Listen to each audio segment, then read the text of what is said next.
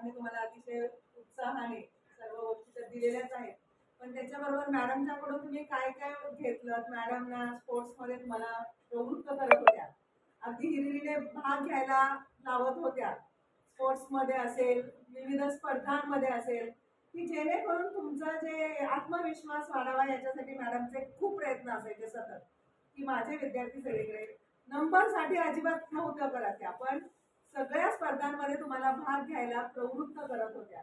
त्याच्यामधून तुमच्यामध्ये जो आत्मविश्वास वाढला, बऱ्याच वेळेला तुमचे नंबर आले, तर या इतक्या चांगल्या गोष्टी म्हणजे प्रशिक्षणाबरोबरच इतरही कला गुणांचा तुमचा विकास व्हावा याच्यासाठी मॅडमनी 100 पेक्षा जास्त टक्के प्रयत्न करत होत्या.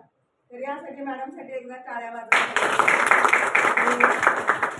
हे सगळ्या गोष्टी घेऊन तुम्ही जेव्हा बाहेर जाल तर तुम्हाला ओजेटी साठी सुद्धा मॅडमचे खूप प्रयत्न असायचे. ओजेटी मधून बऱ्याच गोष्टी तुम्हाला शिकायला मिळाल्या, चांगल्या बऱ्याचशा गोष्टी ओळखी होतात, माहिती होतं, पुढे काय काय करिअरच्या संधी आहेत, ह्या सगळ्या गोष्टी तुम्हाला माहिती झालेल्या आहेत. आणि सतत मॅडमच्या संपर्कात राहून वेगवेगळ्या आणखी गोष्टी, त्याच्याबरोबर तुम्हाला पेंटिंग वगैरे बऱ्याच याचं ते सिरॅमिक पेंटिंग, क्लॉथ पेंटिंग ह्याचं पण प्रशिक्षण तुम्हाला दिलेलं आहे. तर आता अशा इतकं चांगलं असं तुम्हाला मार्गदर्शन वर्षभरात लाभलेलं आहे. त्याचबरोबर तुम्ही आत्मविश्वासाने बाहेर पडा आणि परीक्षेला आता सामोरे जाणार आहात. सगळ्यांना खूप खूप शुभेच्छा आणि मी आपल्या सगळ्यांची रजा घेते. धन्यवाद.